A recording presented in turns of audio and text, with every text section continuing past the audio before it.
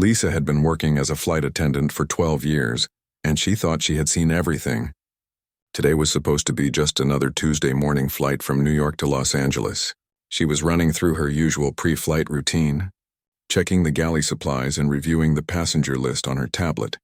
The first-class cabin was nearly full, which was unusual for a weekday flight. Most of the passengers were the typical business travelers she was used to seeing. But there was one name on the list that caught her attention. Seat 1A was booked under M. Carter, and it was a last-minute booking, added just 2 hours before departure. Lisa had always prided herself on being good at reading people. After 12 years of dealing with demanding passengers, difficult situations, and everything in between, she had developed what she called her passenger radar. She could usually tell within the first few minutes what kind of flight she was going to have, based on who was sitting in first class.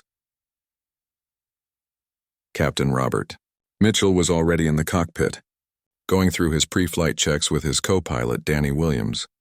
Lisa had flown with this crew several times before. Captain Mitchell was known for running a tight ship, but he also had strong opinions about who belonged where. Danny was newer to the airline, eager to please, and tended to follow whatever lead the captain set. As passengers began boarding, Lisa positioned herself at the entrance to greet everyone with her practiced smile. The first-class passengers filed in one by one. There was Mr. Peterson, a regular who flew this route twice a month for business. Then came Mrs. Rodriguez, who always requested extra pillows and complained about the temperature. A young tech executive who never looked up from his laptop. A couple celebrating their anniversary with an upgrade. Then she walked in. The woman was tall and elegant, probably in her mid-40s with short natural hair and the kind of presence that made people look twice. She was dressed in a beautifully tailored navy blazer and cream-colored pants that clearly cost more than Lisa made in a month. Her jewelry was simple but expensive-looking, and she carried a leather handbag that Lisa recognized as a designer piece. But what struck Lisa most was how the woman carried herself.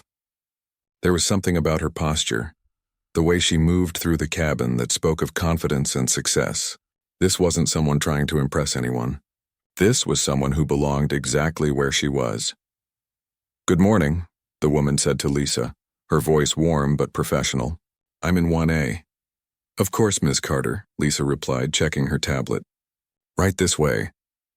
As the woman settled into her seat, Lisa noticed Captain Mitchell emerging from the cockpit. He was doing his usual walkthrough of the first-class cabin, greeting the passengers he recognized and sizing up the ones he didn't. When his eyes landed on Ms. Carter, Lisa saw his expression change slightly. "Excuse me," Captain Mitchell said, approaching the woman's seat. "I'm Captain Mitchell. I just wanted to make sure you're in the right seat." Ms. Carter looked up from the business magazine she had just opened. "Yes, 1A, is there a problem?" "No problem at all," the captain said, but his tone suggested otherwise. "It's just that this was a last-minute booking and sometimes there are mix-ups with upgrades and such." "I can assure you there's no mix-up," Ms. Carter replied calmly. "I booked this seat myself." Lisa watched the exchange from a few feet away, feeling uncomfortable. She had seen Captain Mitchell question passengers before, but usually only when there was an actual issue with seating or documentation. This felt different. The captain nodded curtly and returned to the cockpit, but not before making a comment to Danny that Lisa couldn't quite hear. Whatever he said made the co-pilot glance back at Ms. Carter with a look that Lisa didn't like.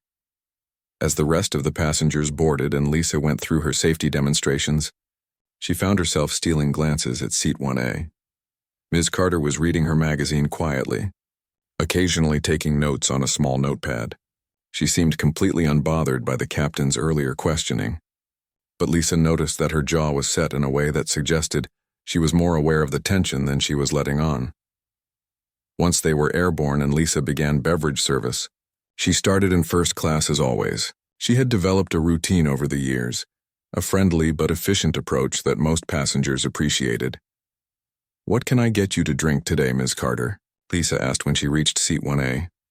"Just water for now, thank you," Ms. Carter replied, looking up from her magazine with a smile. But as Lisa was pouring the water, she heard Captain Mitchell's voice come over the intercom, supposedly making an announcement about their flight path and weather conditions. What bothered Lisa was the way he emphasized certain words, making comments about making sure all Passengers are comfortable in their assigned seats and maintaining the standards our first-class passengers expect. The comments were subtle, enough that most passengers probably didn't think twice about them. But Lisa had heard the captain make similar passive-aggressive announcements before, usually when he was annoyed about something. And right now, his annoyance seemed to be directed at the woman in seat 1A. Ms. Carter accepted her water with a polite thank you, but Lisa noticed that she had stopped reading her magazine. Instead, she was looking out the window, and there was something in her expression that made Lisa think she was processing more than just the view of clouds below. As Lisa continued her service to the other passengers, she couldn't shake the feeling that something was building. Captain Mitchell made 2 more announcements during the first hour of flight, both unnecessarily detailed and both containing subtle digs about appropriate behavior and respecting the premium experience. Danny Williams came out of the cockpit during the cruise portion of the flight, ostensibly to use the restroom, but Lisa noticed him taking a long look at Ms. Carter as he passed. When he returned to the cockpit, she heard muffled conversation between him and the captain. Lisa had been in situations like this before, where crew members let their personal biases affect their professional behavior. She had always told herself that she wasn't like that she treated all passengers equally regardless of who they were or what they looked like. But as she watched Ms. Carter sitting quietly in her seat, maintaining her dignity despite the increasingly uncomfortable atmosphere, Lisa felt a knot forming in her stomach. The woman hadn't done anything wrong. She had been polite, quiet, and respectful. She had every right to be sitting in that first-class seat. Yet somehow Lisa found herself questioning whether she belonged there, influenced by the captain's obvious disapproval. It was a feeling Lisa didn't like having about herself, but she couldn't seem to shake it.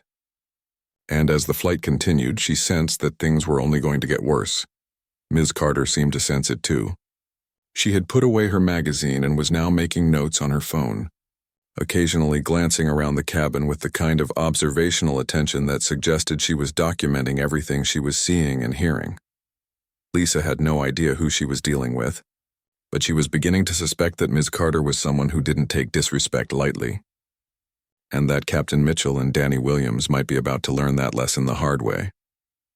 2 hours into the flight, things started getting uncomfortable in ways that Lisa had never experienced before. What began as subtle comments and pointed looks was escalating into something much worse. Captain Mitchell had made 3 more announcements, each one more loaded with meaning than the last. He talked about maintaining standards and ensuring all passengers understand the level of service expected in first class. To anyone else, it might have sounded like standard airline speak. But Lisa could hear the edge in his voice, and she could see how Ms. Carter's posture had stiffened with each announcement. The breaking point came when Ms. Carter pressed her call button during the meal service. "Yes, how can I help you?" Lisa asked, approaching her seat with what she hoped was a professional smile. "Could I get a glass of white wine, please?" Ms. Carter asked politely. "Whatever you have available is fine." It was a simple request, the kind Lisa handled dozens of times on every flight. But before she could respond, Captain Mitchell's voice boomed over the intercom again. "Ladies and gentlemen, we're experiencing some minor turbulence ahead, so I'm going to need everyone to remain in their seats with seatbelts fastened." Lisa looked around the cabin. The plane was steady as a rock. There was no turbulence, but she watched as Captain Mitchell emerged from the cockpit, his face set in a hard line. "Is there a problem here?" he asked, looking directly at Ms. Carter. "No problem at all," Ms. Carter replied calmly. "I just requested a glass of wine." "Well, as I just announced, we're dealing with turbulence, so beverage service is suspended," Captain Mitchell said, his voice carrying an authority that Lisa had never heard him use with other first-class passengers. Ms. Carter glanced out the window at the perfectly clear sky, then back at the captain. "I understand. Perhaps when the turbulence passes." But Captain Mitchell wasn't done. "You know, ma'am, I've been flying for 23 years and I've learned that some passengers need more attention than others. Some passengers seem to think that buying a ticket entitles them to special treatment beyond what we normally provide." Lisa felt her stomach drop. This was crossing a line, and everyone in first class could hear it. The other passengers were starting to look uncomfortable, some turning to watch the exchange. "I'm not asking for special treatment," Ms. Carter said, her voice still calm but with a steel edge that Lisa was beginning to recognize. "I asked for a glass of wine, which is included in first-class service." And I explained about the turbulence, Captain Mitchell shot back. But maybe you're not used to flying first class and don't understand how these things work. The insult hung in the air like a toxic cloud. Lisa wanted to say something, to step in and diffuse the situation, but she found herself frozen. Part of her knew that what the captain was doing was wrong, but another part of her was influenced by his authority and the assumptions he was making. Ms. Carter set down the business magazine she had been holding and looked directly at Captain Mitchell. I understand perfectly how air travel works, Captain. What I don't understand is why you're treating me differently than every other passenger in this cabin. I treat all passengers with the respect they deserve, Captain Mitchell replied, his voice getting louder. But when someone disrupts the cabin environment and makes unreasonable demands, I have to step in. What unreasonable demands? Ms. Carter asked. I've been sitting quietly, reading my magazine, and I asked for a glass of wine. How exactly is that disruptive? Danny Williams had come out of the cockpit now, standing behind the captain like backup. Lisa could see other passengers turning to stare, some of them taking out their phones. This was becoming a spectacle, and it was getting worse by the minute. Look, lady, Captain Mitchell said, dropping any pretense of professionalism. I don't know how you got that seat, but first class isn't for everyone. Maybe you'd be more comfortable back in coach where you belong. The words hit like a slap. Lisa saw Ms. Carter's eyes flash with something dangerous, but her voice remained steady when she spoke. Are you asking me to move seats, Captain? I'm suggesting that you might be happier with passengers more like yourself, Captain Mitchell replied. The racist undertone was unmistakable now. Lisa felt sick to her stomach, but she still couldn't bring herself to speak up. Danny Williams was nodding along with everything the captain said, and Lisa found herself caught between her training, her conscience, and the pressure to support her crew members. Ms. Carter reached into her purse and pulled out her phone. Captain Mitchell, is it? Mitchell. What are you doing? The captain demanded. Taking notes, Ms. Carter replied simply. I want to make sure I spell your name correctly when I file my report. Captain Mitchell's face turned red. Put that phone away. You're disrupting the flight. Actually, Captain, I believe you're the one disrupting the flight, Ms. Carter said, her voice now carrying the kind of authority that made everyone listen. And I'm documenting every word of this conversation. Danny, call airport security and have them meet us when we land, Captain Mitchell said to his co-pilot. Tell them we have a disruptive passenger. A disruptive passenger who asked for a glass of wine and has been sitting quietly for 3 hours? Ms. Carter asked, her eyebrows raised. This should be an interesting conversation with security. By now, several passengers in first class were openly recording the confrontation with their phones. Lisa could see the situation spiraling completely out of control, but she felt powerless to stop it. Worse, she realized that her silence was being interpreted as agreement with the captain's behavior. Ma'am, I'm going to have to ask you to put your phone away and stop causing problems, Lisa finally said, her voice shaking slightly. Ms. Carter looked at her with an expression that was part disappointment and part recognition. Ms. Harris, she said, reading Lisa's name tag, I haven't caused any problems. I've responded to harassment with remarkable patience, but I will not be intimidated into silence. Harassment? Captain Mitchell laughed bitterly. Lady, you don't know what harassment is. This is me trying to maintain order on my aircraft. Your aircraft? Ms. Carter repeated. That's interesting. I was under the impression that commercial airlines are public accommodations, subject to federal anti-discrimination laws. The mention of federal laws seemed to give Captain Mitchell pause, but only for a moment. Don't try to threaten me with legal talk. I know my rights as a captain, and I know mine as a passenger, Ms. Carter replied, and as a citizen, and as someone who won't tolerate being treated like a second-class person because of the color of my skin. She had said it out loud now. The thing that had been hanging in the air since the confrontation began, the racism that had been disguised as concerns about turbulence and disruption and belonging, was now exposed for what it really was. Captain Mitchell's jaw worked for a moment before he spoke again. This has nothing to do with race. This is about behavior and knowing your place. Knowing my place? Ms. Carter stood up slowly, and Lisa noticed for the first time how tall she was, how she seemed to command the space around her. Captain Mitchell, I think you're about to learn something very important about my place. The way she said it sent a chill down Lisa's spine. There was something in Ms. Carter's voice, a confidence that went beyond just standing up for herself. It was the voice of someone who was used to being listened to, someone who was accustomed to having power. But Captain Mitchell was too far gone to recognize the warning signs. "Sit down and stop making a scene, or I'll have you arrested when we land." Ms. Carter smiled, and it wasn't a pleasant expression. "Captain, I look forward to seeing you try." She sat back down and returned to her phone, typing rapidly. Around her, the other first-class passengers were whispering among themselves, some of them still recording.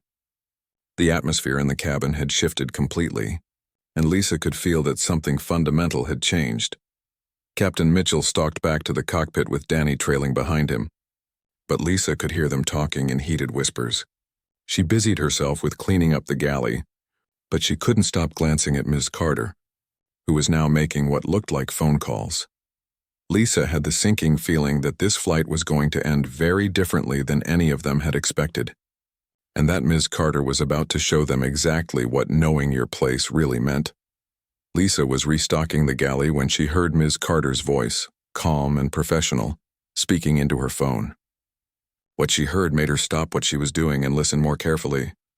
"Yes, this is Diana Carter. I need you to connect me with David Chen immediately. Tell him it's urgent regarding the Phoenix Airlines acquisition." Phoenix Airlines. That was their airline. Lisa felt a cold dread start to settle in her stomach. "David, it's Diana.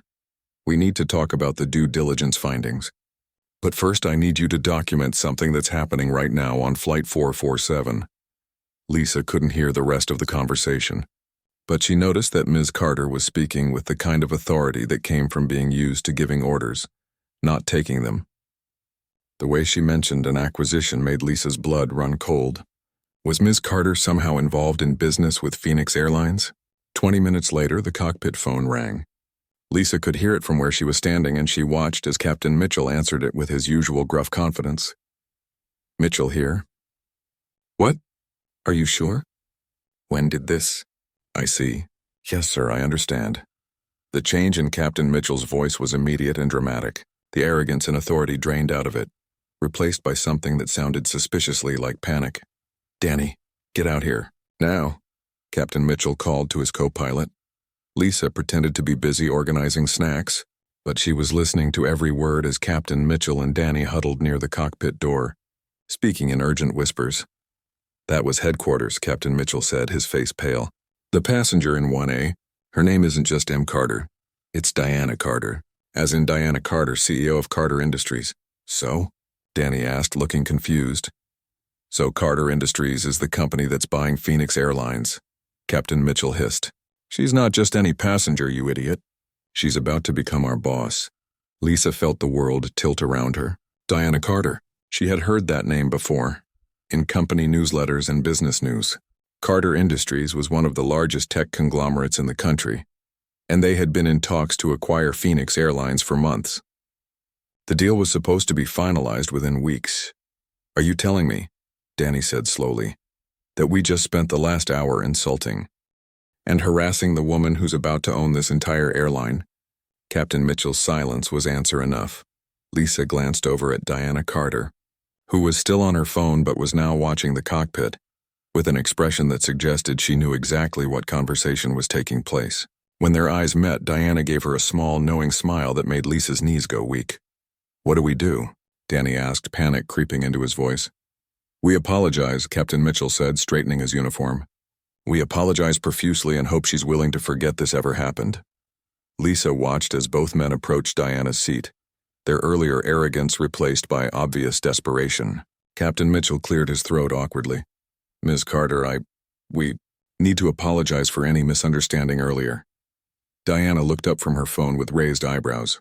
"Misunderstanding?"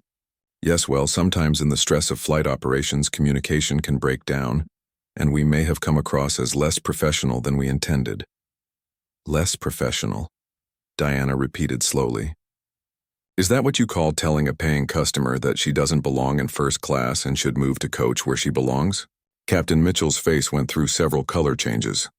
"That's not... we never intended..." "Captain Mitchell," Diana said, her voice cutting through his stammering, "I've been recording this entire conversation, as have several other passengers. I have your exact words documented. Would you like me to play them back for you?" The captain looked like he might be sick. Ms. Carter, please, if we could just— Just what? Diana asked. Pretend that you didn't spend the last hour treating me like I was some kind of criminal for having the audacity to exist in your first-class cabin? Lisa felt compelled to step forward, though every instinct told her to stay out of it. Ms. Carter, I also want to apologize for my part in this. I should have spoken up. Diana's gaze shifted to Lisa, and there was something in her eyes that was almost worse than anger. Disappointment. Ms. Harris, your part in this was standing by silently, while your captain violated federal anti-discrimination laws and basic human decency. Your apology is noted. The formal tone of Diana's response made it clear that apologies weren't going to fix this situation. Look, Captain Mitchell said, trying to recover some authority, we're all professionals here. Maybe we can put this behind us and— Behind us? Diana stood up, and suddenly the first-class cabin felt very small. Captain, do you have any idea who I am? Yes, ma'am, we just learned that you're with Carter Industries, and we want to assure you that— I'm not with Carter Industries, Captain. I'm Carter Industries. I built that company from nothing. And in 3 weeks I will own Phoenix Airlines, which means I will own this plane, this route, and most relevantly, your jobs. The silence that followed was deafening. Lisa could see other passengers turning to watch, some of them clearly recognizing the name now that it had been spoken aloud. But more than that, Diana continued, I'm someone who has spent her entire career fighting against exactly the kind of treatment you subjected me to today. I've built $1 billion company while dealing with people who thought I didn't belong in boardrooms, at conferences, or apparently in first-class airline seats. Captain Mitchell looked like he was going to faint. Ms. Carter, if there's anything we can do to make this right, you can start by understanding that this isn't about making things right with me personally, Diana said. This is about the fact that you treated a passenger this way, and if you'll do it to me, you'll do it to others who don't have the resources to fight back. She picked up her phone again and made another call. Legal? Yes, it's Diana. I need you to prepare a comprehensive report on what just transpired on Flight 447. Full documentation, witness statements, everything. No, I don't want to sue them. I want to fire them. Lisa felt her legs go weak. The reality of what they had done was sinking in, and it was worse than she had imagined. They hadn't just insulted a passenger. They had harassed their future employer, documented every moment of it, and done it all in front of witnesses with cell phone cameras. Ms. Carter, Lisa tried again. Please, if there's any way— Diana held up her hand for silence. Ms. Harris, I'm going to give you some advice. When we land, you're going to want to contact your union representative. You're also going to want to start looking for a new job because after today, your career with Phoenix Airlines is over. The matter-of-fact way she said it was somehow more terrifying than if she had shouted. This wasn't an emotional reaction. This was a business decision made by someone who clearly knew how to make difficult business decisions. Captain Mitchell made one last, desperate attempt. Ms. Carter, surely we can discuss this reasonably. We're both professionals, and I'm sure we can reach some kind of understanding. Diana smiled, and it was the coldest expression Lisa had ever seen. Captain, you're absolutely right. We are both professionals. The difference is that I've been professional this entire flight, while you've been a racist bully who abused his authority to humiliate a passenger. She sat back down and opened her laptop. Now, if you'll excuse me, I have a phone conference with the Phoenix Airlines Board of Directors in 10 minutes to discuss personnel changes that need to be made before the acquisition is finalized. As Captain Mitchell and Danny retreated to the cockpit like wounded animals, Lisa stood frozen in the galley, watching Diana Carter work on her computer with the same calm efficiency she had shown throughout the entire ordeal. The woman had been harassed, insulted, and discriminated against for 3 hours, and now she was calmly destroying the careers of everyone involved. And the most terrifying part was that she was completely within her rights to do it. Lisa realized that she had just witnessed someone who had built an empire learn that the people she was about to employ thought she didn't deserve basic respect. And now those same people were about to learn exactly how much power Diana Carter actually had. The remaining hour of the flight passed in tense silence, with Diana working on her computer and making phone calls while Captain Mitchell and Danny stayed locked in the cockpit.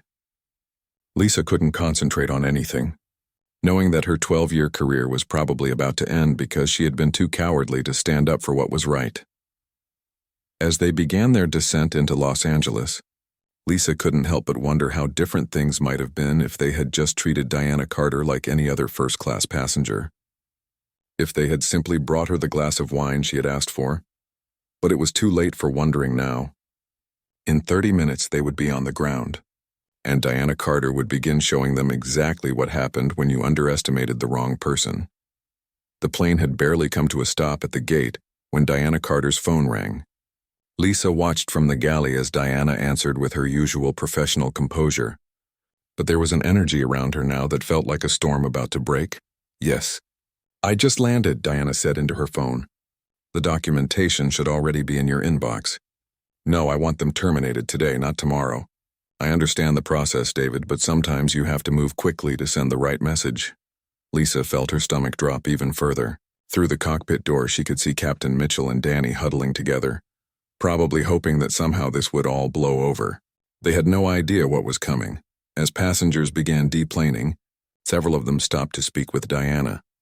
The businessman who had been recording parts of the confrontation handed her his business card. "Ms. Carter, I'm an attorney with Morrison and Associates. If you need any witness statements or testimony about what happened today, please don't hesitate to call me. Thank you." "Mr. Morrison, my legal team will be in touch." An elderly woman from seat 3B also approached. "Ms. Carter, I've never seen anything so disgraceful in 40 years of flying. That captain should be ashamed of himself." "Thank you for speaking up, Mrs. Chen. Your support means more than you know." Lisa realized that Diana wasn't just getting witness statements. She was building a case, and she was doing it with the methodical precision of someone who had clearly done this kind of thing before. 20 minutes after landing, while Captain Mitchell and Danny were still completing their post-flight paperwork, two men in expensive suits boarded the plane. Lisa recognized one of them as James Patterson, the regional director for Phoenix Airlines.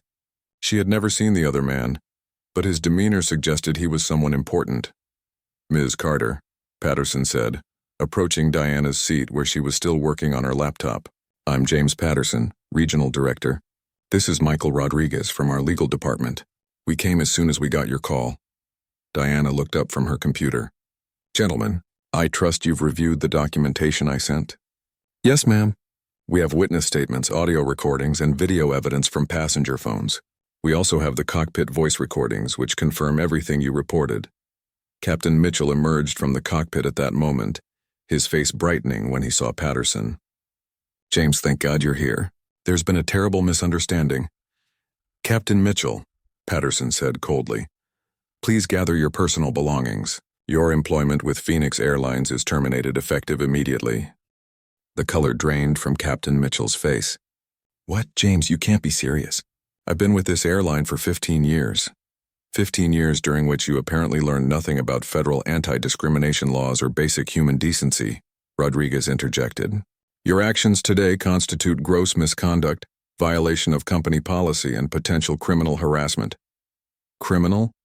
Danny Williams squeaked from behind Captain Mitchell. "What about me?" "Co-pilot Williams, you are suspended pending a full investigation. Report to headquarters tomorrow morning for a disciplinary hearing."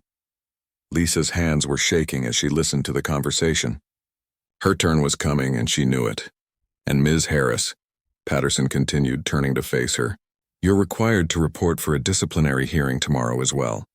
Your failure to intervene in a clear case of passenger harassment makes you complicit in this incident." "But I didn't do anything," Lisa protested weakly. "Exactly," Diana said, looking up from her computer. "You didn't do anything. You stood by and watched while your captain violated every principle of professional service and basic human dignity." Rodriguez opened a briefcase and handed Captain Mitchell a folder. "These are the termination documents. You have 24 hours to remove your personal belongings from your assigned locker. Your final paycheck will be mailed to your address on file." Captain Mitchell's hands shook as he took the folder. "This is insane. You're destroying my career over one incident." "One incident?" Diana stood up, and her voice carried the kind of authority that made everyone listen. "Captain Mitchell, you spent 3 hours systematically harassing a passenger based on her race. You made announcements designed to humiliate me. You told me I didn't belong in first class and should move to coach where I belong. You threatened to have me arrested for asking for a glass of wine." She pulled out her phone and tapped the screen. Suddenly, Captain Mitchell's voice filled the cabin, clear as day. Maybe you'd be more comfortable back in coach where you belong. That's just one example, Diana continued. I have 2 hours of recorded audio and multiple witness statements. This wasn't a misunderstanding or a bad day. This was deliberate, systematic discrimination. Captain Mitchell looked around desperately as if searching for someone to support him. It wasn't. I never intended. Captain, Diana interrupted. I've spent 20 years in business and I've learned that people's intentions matter far less than their actions. Your actions today were those of someone who believes that a black woman doesn't deserve the same respect as other passengers. Rodriguez was taking notes as Diana spoke. Ms. Carter, for our investigation, could you provide a timeline of events? Certainly. Diana opened her laptop and turned it around so everyone could see the screen. I've prepared a comprehensive report with timestamps. The harassment began within minutes of my boarding and escalated throughout the flight. Lisa looked at the screen and felt sick. Diana had documented everything. Every comment, every announcement, every moment of the 3-hour ordeal was laid out in precise detail. Furthermore, Diana continued, I've identified a pattern of behavior that suggests this isn't an isolated incident. I had my team research Captain Mitchell's service record, and we found 3 previous complaints of discriminatory behavior that were apparently ignored by management. Patterson's face went pale. Previous complaints, 2019, 2021, and 2023, all involving passengers of color, all dismissed as misunderstandings after perfunctory investigations. Rodriguez was writing furiously now. Ms. Carter, are you saying that Phoenix Airlines has a pattern of ignoring discrimination complaints? I'm saying that Phoenix Airlines has a pattern of failing to properly investigate and address discrimination complaints, which is something that will change immediately upon completion of our acquisition. The threat was clear. Diana wasn't just going after Captain Mitchell and the crew. She was going after the entire system that had allowed this behavior to continue. Captain Mitchell made one last, desperate plea. Ms. Carter, please, I have a family. I have a mortgage. 15 years of service has to count for something. Diana's expression didn't soften. Captain, I also have a family. I also have responsibilities. The difference is that I've never used my position to humiliate someone because of their race. She closed her laptop and gathered her belongings. Mr. Patterson, I expect a full report on the changes being implemented to prevent future incidents. I also want every employee involved in handling those previous complaints to undergo retraining or termination. Yes, ma'am, absolutely. As Diana prepared to leave the plane, she paused next to Lisa. Ms. Harris, let me give you some advice. When you're looking for your next job, remember what you learned today. Sometimes being professional means standing up for what's right, even when it's uncomfortable. Lisa wanted to say something, to apologize again, to somehow make things right, but Diana was already walking away, her phone pressed to her ear as she made another call. Yes, it's Diana. The Phoenix situation has been handled. No, terminated, not suspended. I want a company-wide memo sent out by end of business today about our zero-tolerance policy for discrimination.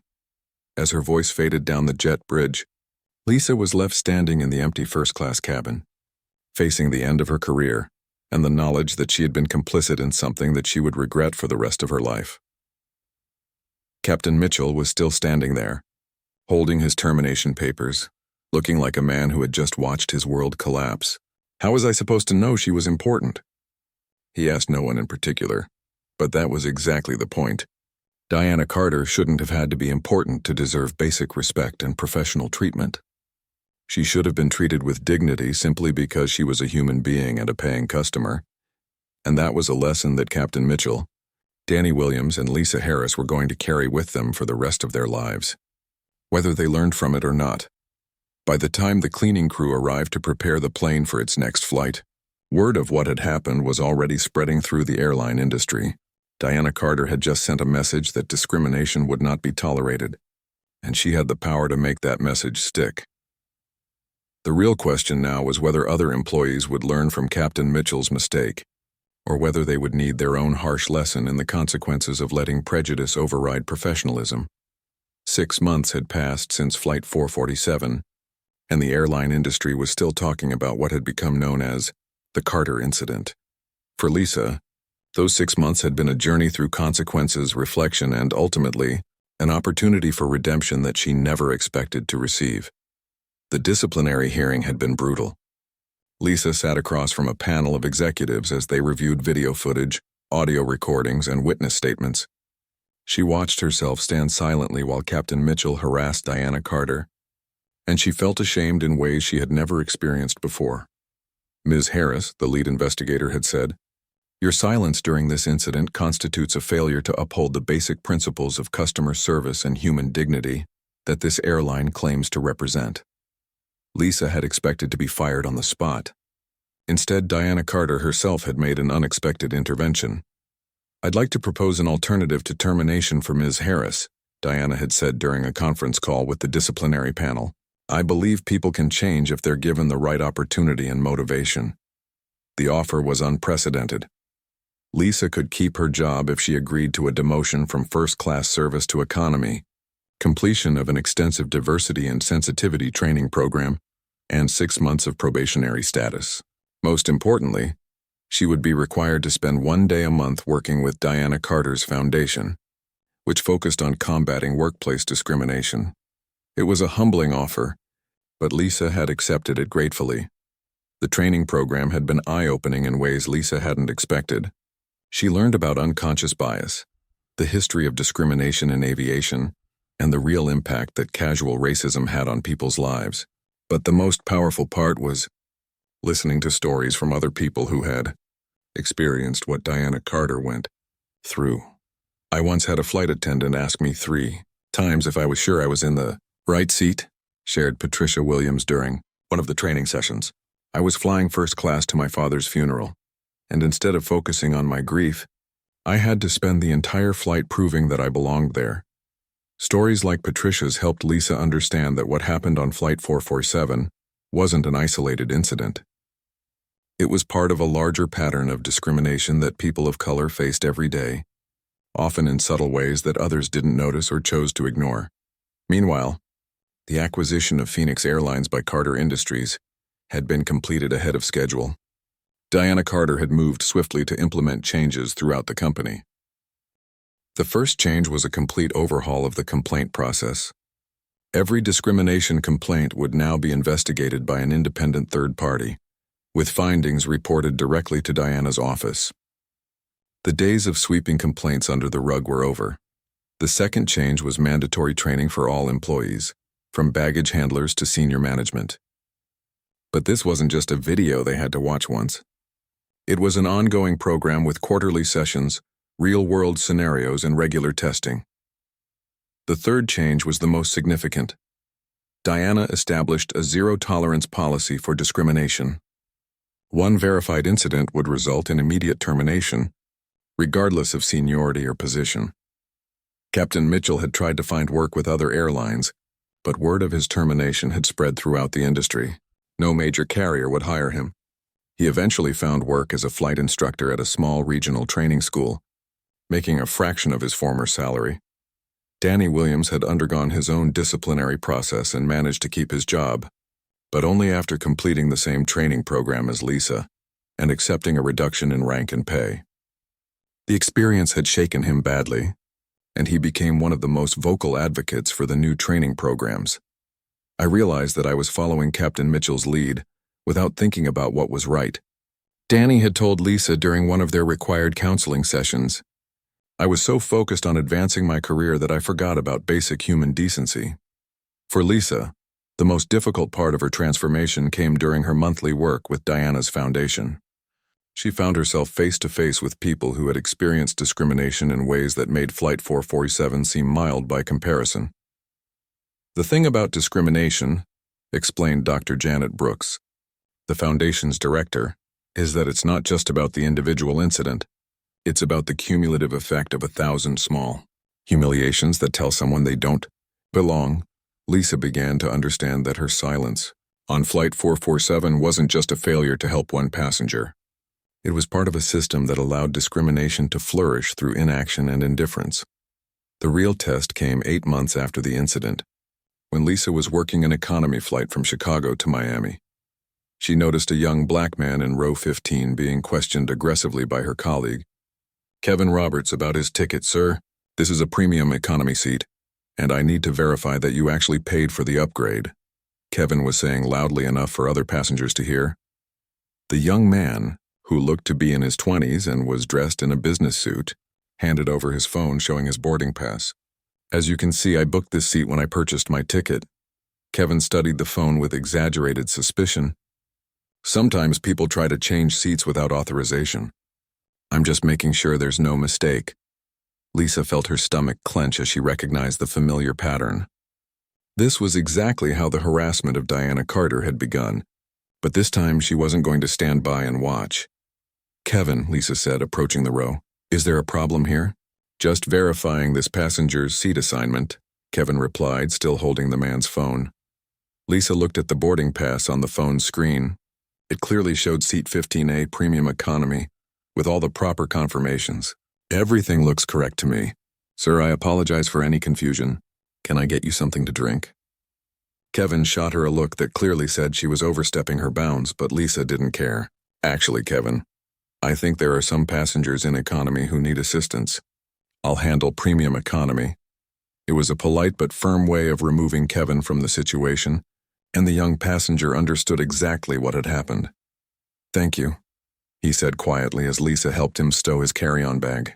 I appreciate you stepping in. It's what I should have done a long time ago, Lisa replied. Later, she reported Kevin's behavior to the supervisor, triggering an investigation that led to additional training for him. It wasn't enough to just avoid discriminating herself. She had learned that she had a responsibility to speak up when she saw others doing it. The most surprising development came a year after Flight 447, when Lisa received a call from Diana Carter's office. Ms. Harris, this is Jennifer Park, Ms. Carter's assistant. Ms. Carter would like to invite you to speak at our annual diversity conference. She believes your story about learning from mistakes could be valuable for other employees. Standing on stage in front of 500 airline employees from across the industry, Lisa felt nervous but determined to share what she had learned. A year ago, I stood by and watched as my captain harassed a passenger because of her race, Lisa began. I told myself I was just following protocol, just staying out of trouble, just doing my job. But what I was really doing was being complicit in discrimination. She talked about the shame she felt watching the video footage of herself standing silently while Diana Carter was humiliated. She discussed the training that had opened her eyes to her own unconscious biases, and she explained how speaking up had become not just part of her job, but part of who she was as a person. I can't change what I did on Flight 447, Lisa concluded, but I can make sure that I never let fear or indifference stop me from doing what's right again. The standing ovation was unexpected, but what meant more to Lisa was the conversation she had afterward with Diana Carter. You've come a long way, Ms. Harris, Diana said as they spoke privately after the conference. I have a long way to go, Lisa replied, but I'm grateful for the chance to keep learning and growing. Diana smiled, and for the first time since Flight 447, it was a warm expression. That's all any of us can do. Learn, grow, and try to leave things better than we found them. As Lisa returned to her work the next week, she carried with her the knowledge that change was possible, even after the worst mistakes. Captain Mitchell had lost his career because he couldn't see past his prejudices. Danny Williams had kept his job but would always live with the consequences of his silence.